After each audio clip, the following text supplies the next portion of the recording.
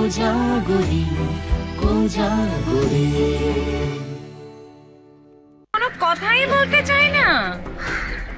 কেন কেন কথা বলতে যাবো আমি তোমার সঙ্গে? শোনো, তোমাকে একটা কথা আমি একদম পরিষ্কার করে বলে দিতে চাই, আমি ওকে ডিভোর্স দেব না, সেজন্য তোমাদের লিগ্যাল ওয়েডিংটাও হচ্ছে না। আমি শরণীল এন্ড হিজ ওয়াইফ ওদেরকে একসঙ্গে করে দিতে চাই। ও নকি, এই কাজখানা যদি তুমি করতে পারো তাহলে যে আমরা তোমার কে না হয়ে থাকবো বোন।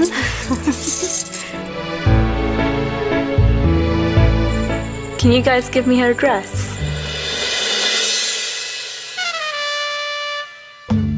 What? What? Her address. Address. Address address address, ঠিকানা ঠিকানা, বাড়ির ঠিকানা। ও নক্ষী নতুন বউয়ের বাড়ির ঠিকানা চাইছে, কিন্তু আমাদের কাছে তো নতুন বউয়ের বাড়ির ঠিকানা নেই গো, কিন্তু আমরা ওর বাড়ি চিনি। তুমি যদি বলো তাহলে তোমাকে ওখানে আমরা নিয়ে যেতে পারি, আর যদি বলো একা যাবে তাহলে তোমাকে ঠিকানা খাওয়ানাও জোগাড় করে দিতে পারি। কোথায় কোথায় গেল সে? বাবা, কিসের আসর জমছে এখানে? হ্যাঁ, এই যে মেয়েখানা দপ দপ দপ দপ করে উপরে একটু উঠে এলো। হ্যাঁ, আমি যে সেখানে বসেছিলুম, কই একবারও তো আমার দিকে চাইলিনি কো। কেন আমার না করছে নাকি? হ্যাঁ, কি গো না করেছে? না গিন্নিমা, ওই নকি বোনের না মন কানা আজ মোটে ভালো নেই কো। মন ভালো নেই? সে কি কথা? বসো দেখিনি, বসো বসো। ও বাবা, কি সুন্দর। মন ভালো নেই? বাড়ির কথা মনে পড়েছে তো, নিজের দেশের কথা মনে পড়ছে? না গো গিন্নিমা, এই নক্ষী যে ওই ওদের বাড়ি দেখতে গেছিল নি, ওদের দেশের বাড়ি, সেখানে তাকে কেউ চিনতে পারেনি কো, আসলে চিনতে চায়নি কো, তাই মেয়ের মনে দুঃখ হয়েছে। ভারী বয়ে গেল, তারা চিনতে পারলো নি তো। তারা তো কলকাতা শহর কিনে নেয়নি, আর তুমিও শুধু তাদের বাড়ি দেখতে আসোনি, গোটা শহরখানা দেখতে এসো।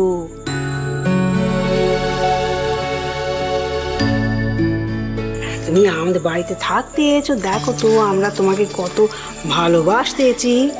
না না, মন খারাপ করেনি, মন খারাপ করে। দেখো জো আমি কি এনেছি তোমার জন্যে। হ্যাঁ, What's this?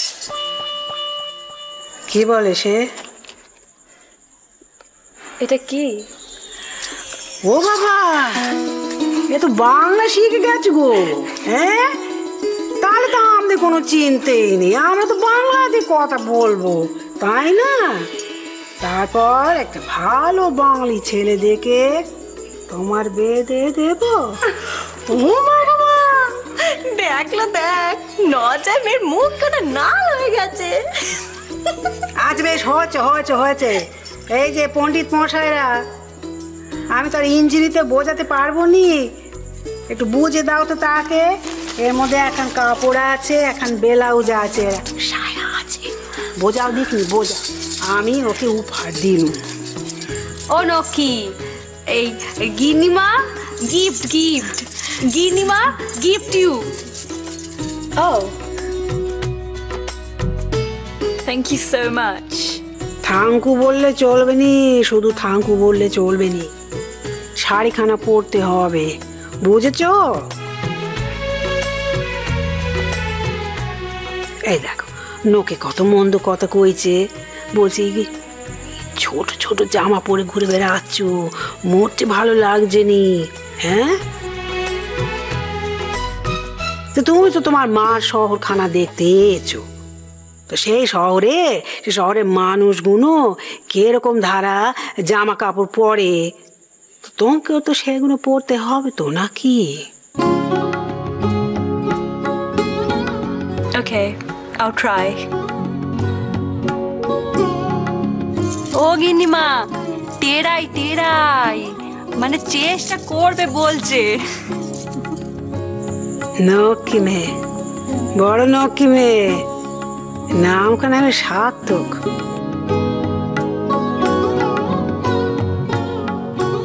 পেন নাম টোকো বলতেছি, পেন নাম টোকো, পেন নাম।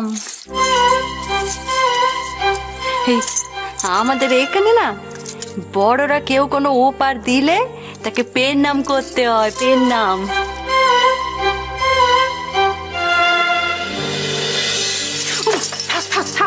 থাক।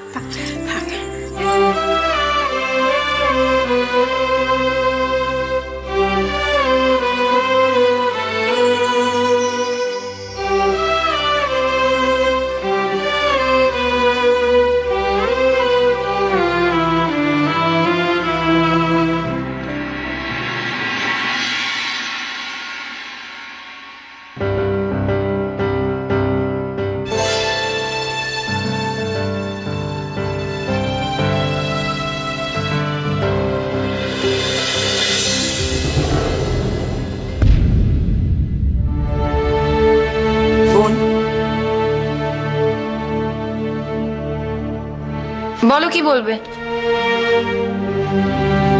কদিন ধরে তোর সাথে তো কথা বলার কোনো সুযোগই পাচ্ছি নে, আর এমন ধারা মুখ করে থাকলে কথা বলি কি করে বলতো? আমার কিছু হয়নি। তোমরা কি বলতে এসেছো সেটা বলো না ইকবাল দা, প্লিজ বলো।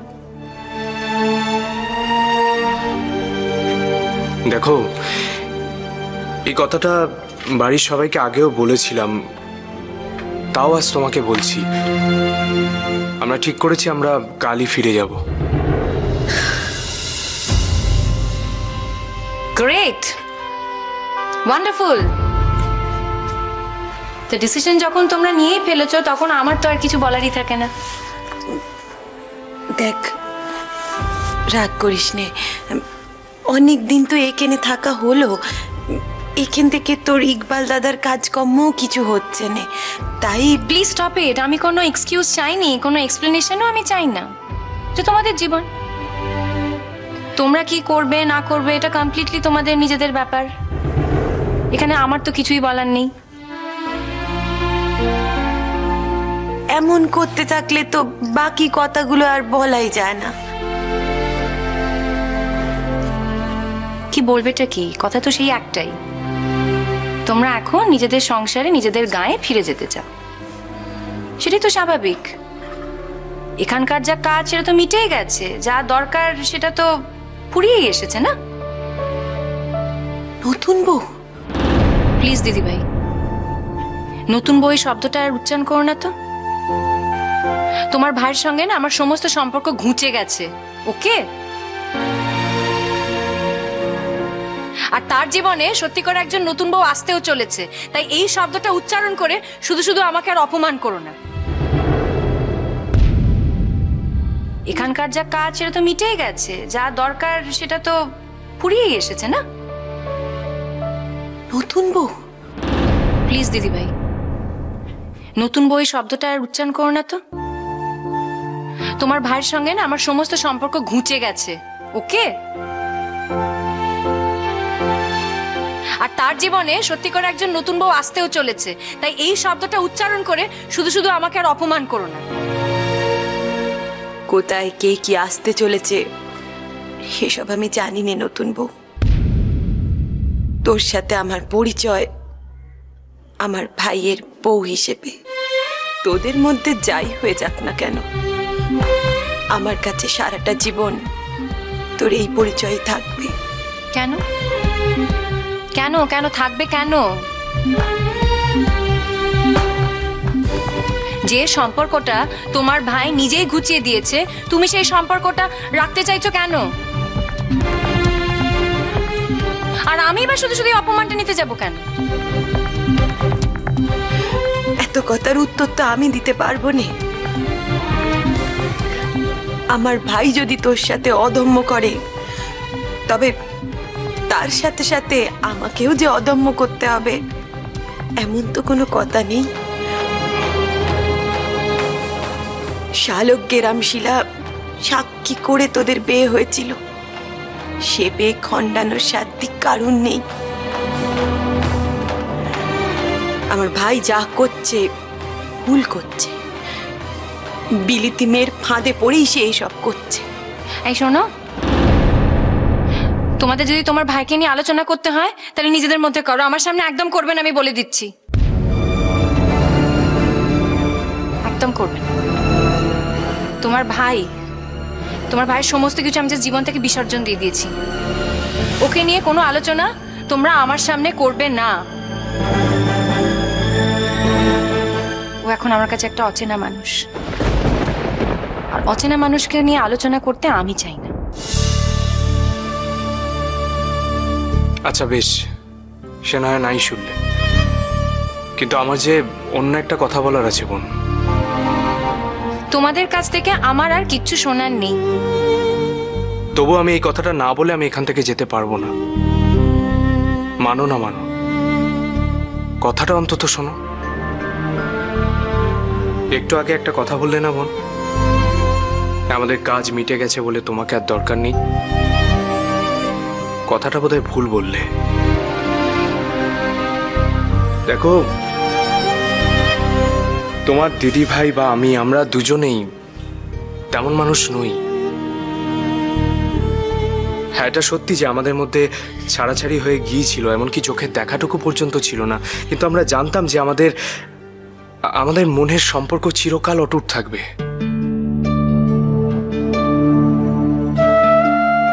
নাইবা হলো এই জন্মে একসাথে থাকা, পরের জন্মে না হয় থাকবো। আল্লাহ চাইলে কি না হয় বলো তো। আমাদের ভবিষ্যৎ তো মেনেই নিয়েছিলাম, কখনো কারুর কাছে দয়া ভিক্ষে করিনি। নিজের মানুষকে নিজের কাছে পাওয়ার জন্য যদি অন্যের দয়ার প্রত্যাশী হয়ে থাকতে হয় তাহলে সেটা আমার কাছে মৃত্যুর থেকে কম নয়। তাছাড়া সমাজের ভয়ে, রায়ের পরিবারের সম্মান রক্ষার জন্য আমি কখনো ওকে জোর করে ছিনিয়ে আনার কথা ভাবিও নি। কিন্তু আমি যতদূর জানি তুমি নিজেই রায়কে বুঝিয়ে খানিকটা জোর করেই আমার বাড়িতে নিয়ে গিয়েছিলে। তাই তোমার মুখে এসব কথা বলা বোধহয় মানায় না যে আমাদের কাজ মিটে গেছে বলে আমরা তোমাকে ভুলে গিয়ে, তোমার অবদানের কথা ভুলে গিয়ে নিজেদের মতো থাকতে চাই।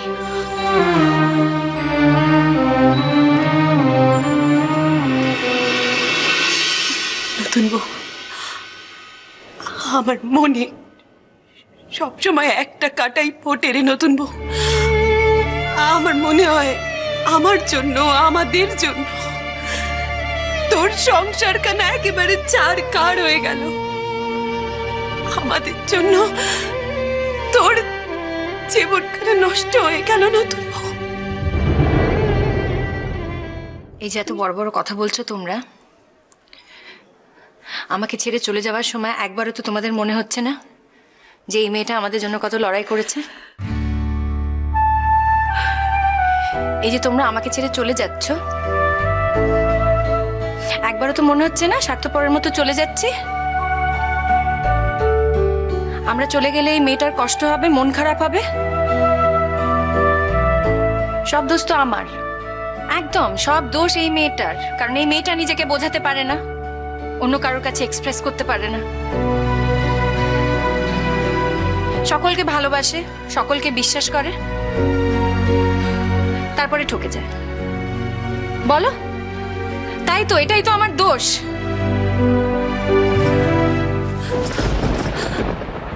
নতুন বউ, কি করছিস? কি কেমন পাগলপানা করছে দেখেছো? তুমি একবার কেমন পাগলপানা করছে? তুই যদি এমন তারা চোখের জল ফেলিস, তুই কি বুঝিস না আমি কি নিজেকে ঠিক রাখতে পারি? আমার বুকখানা যে ফেটে যায় নতুন বউ। হলো, আমি কি তোকে ছেড়ে ছেড়ুটা কাল চলে যাচ্ছি রে? আমার মনখানা যে সব সময় তোর কাছেই পড়ে থাকবে। তাই যদি হবে তাহলে তুমি আমাকে ছেড়ে চলে যাচ্ছ কেন? আমাকে বলো, আনসার মি রাইট নাও, কেন এই কথাটা বুঝতে পারো না না? তুমি যদি চলে যাও তাহলে উজবুকের সঙ্গে আমার যেটুকু যোগাযোগ আছে সেটুকু যোগাযোগ আর থাকবে না দিদি ভাই। আমার শ্বশুর বাড়ির লোকজনের সঙ্গে আমার যে কোনো যোগাযোগ নেই দিদি ভাই, কোনো যোগাযোগ নেই। আমাকে এখন আর কেউ ভালোবাসে না, একবারের জন্য কেউ আমার কাছে আসে না। তুমি তো দেখতে পাও কেউ আসে না। আমি তো সকলকে ভালোবাসি বলো, আমার মন সকলের জন্য কাঁদে, তাও কারোর মন আমার জন্য কাঁদে না।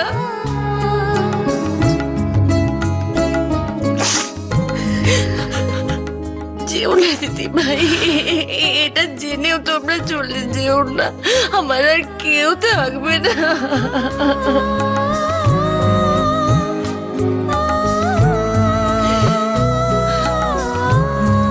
কিন্তু তাও তোমাদের চলে যেতেই হবে, আন্ডারস্ট্যান্ড। কিন্তু তোমাদের কাছে তো তোমাদের আত্মসম্মানটাই বড়। এখানে থাকতে তোমাদের আত্মসম্মানে লাগে, তাই না? তাই তো আমার এত কষ্ট হচ্ছে জেনেও তোমাদের চলে যেতে হবে। আমার কষ্টের থেকে বড় তোমাদের কাছে আত্মসম্মান, তাই তো? তা নয় বোন, দেখো তুমি তো বুঝবে একটা মানুষ দিনের পর দিন এভাবে থাকতে পারে না। এখানে আমার কোনো কাজের সুযোগ নেই, আমি যে ধরনের কাজ করি সে ধরনের কাজ এখানে করে উঠতে পারছি না আমি। তাছাড়া তোমার দাদুর বয়স হয়েছে, তার উপরে বসে এভাবে দুটো মানুষ আমরা খাচ্ছি। তো দাদু ভাইয়ের কি টাকা নেই নাকি? আর তোমাদের যদি দাদু ভাইয়ের টাকায় খেতে সম্মানে লাগে তাহলে আমি তোমাদের খাবো। তোমরা ভাবছো আমার তো কোনো টাকাই নেই, আমি তোমাদের খাবো কি করে? কিন্তু শোনো, এই যে আমি ছবিগুলো আঁকছি না, এগুলো বিক্রি করলে অনেক টাকা পাওয়া যায় জানো তো। আমি আবার আঁকা শুরু করেছি দিদি ভাই। ওই ব্লাফারটা, ও তো আমাকে মিথ্যে কথা বলেছিল, বলেছিল আমার ছবিগুলো দিয়ে ওনাকে এক্সিবিশন করবে। ও ব্লাফার, আমি তো আর ব্লাফার নই। শোনো, এই ছবিগুলো যদি আমি বিক্রি করতে পারি না তাহলে অনেক টাকা হবে। হ্যাঁ, তোমাদের কোনো ধারণাই নেই, আমি তোমাদেরকে দেখিয়ে দেব, ট্রাস্ট মি। দিদি ভাই, আমার একটা বন্ধু আছে জানো, ও বলেছে একটা গ্যালারি দেবে আমাকে, কোনো ভাড়া নেবে না। কাঁদছো কেন? ফ্রিতে। আমার ছবিগুলো বিক্রি হয়ে যাওয়ার পর আমি ওকে টাকাটা মিটিয়ে দেব।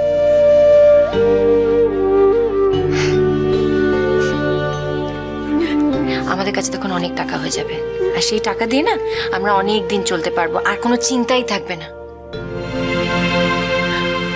এবার বলো, তুমি কোথাও যাবে না, তোমরা এখানেই থাকবে বলো? হ্যাঁ, তোমরা যদি চলে যাও না তাহলে আমার খুব কষ্ট হবে, খুব কান্না পাবে। যাবে না বলো?